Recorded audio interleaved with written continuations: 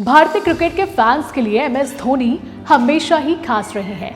चाहे उनका कप्तानी का दौर हो या फिनिशर के रूप में उनकी बल्लेबाजी, धोनी के लिए मैदान में शोर का मीटर हमेशा हाई रहा। हालांकि लंबे समय पहले ही उन्होंने इंटरनेशनल क्रिकेट से रिटायरमेंट ले लिया था, लेकिन क्या आप जानते हैं कि बीसीसीआई उन्हें हर महीने कितनी पेंशन देता है? अगर नहीं तो चलिए इस वीडियो में आपको बताते हैं। पूर्व खिलाड़ियों के लिए बीसीसीआई ने एक पेंशन स्कीम बनाई है। इस योजना के तहत खिलाड़ियों को मैचों के आधार पर पेंशन दी जाती है। 2022 में बीसीसीआई ने पेंशन स्कीम में बदलाव किया, जिसके बाद पूर्व खिलाड़ियों की पेंशन बढ़ा दी गई।